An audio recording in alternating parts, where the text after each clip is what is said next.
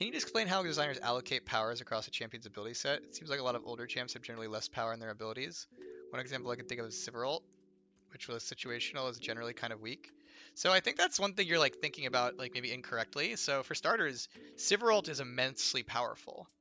So one thing to think about abilities is abilities aren't just like how they feel in terms of power, but actually like the raw amount of power they give your team. So like Sivirult, it says your entire team is fast. That is incredibly powerful because it's not just on Sivir, it's on 5 other people, right?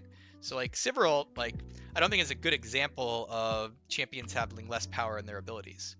I think at the end of the day, it really just depends on um, the characters, like what the character is about, right? So a lot of older AD carries, they tend to have more power in their auto attacks because auto attacks are just very, very powerful. So there's not room to put power in their abilities compared to like Smolder, where we've actually like made his auto attacks a lot weaker than the standard AD carry, so we can put power in his abilities.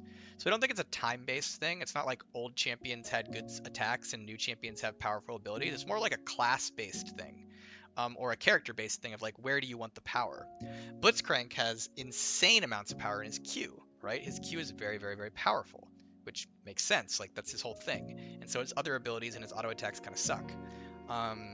Comparatively, Jinx actually has a really, really, really powerful auto attack, and so her W and her E and her R, they're not useless, but they're really easy to miss and very unreliable, and like they have purposes and they're good spells. But Jinx has a lot more power loaded in the fact that like she just has 725 range AOE attacks, or 525 range, 130% attack speed attacks, right?